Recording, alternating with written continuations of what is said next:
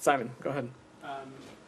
Yeah, so with the Secretary on his way following last week's death of Yahya Sinwar, after the death, the administration came out very quickly saying, you know, we see an opportunity to bring an end to this war. We want to get a ceasefire deal. But in the intervening time, the Israelis seem to have sort of doubled down on their approach. You know, there's been a lot of death in northern Gaza. They're also bombing Beirut.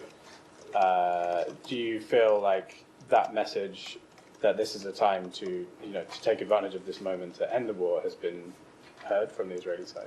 Well, Simon, that's exactly why he's going to the region, to have these very important conversations with partners in Israel and counterparts in other countries as well. Let's not forget where we were just a couple of months prior, in which the government of Israel had indicated that it had supported the bridging proposal that was in line with the contours of what President Biden had announced earlier in the spring, when we were talking about what was needed to achieve a ceasefire in Gaza, and Sinwar continued to be an obstacle. Obviously, we certainly are not going to speculate on the leadership of Hamas or what form that takes, and certainly the same decision that was in front of Mr. Sinwar, that same decision is in front of Hamas, and whatever its leadership will be, in that whether they want to end the suffering of the Palestinian people, if they want to end the suffering that has been brought about them.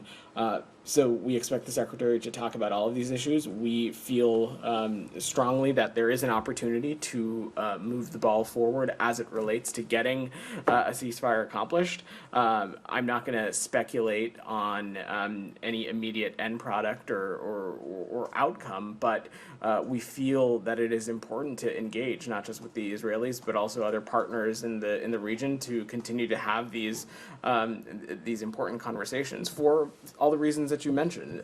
There continues to be a need to address the humanitarian situation. We obviously want to ultimately see the violence to stop as well. So these are all things that we'll continue to discuss.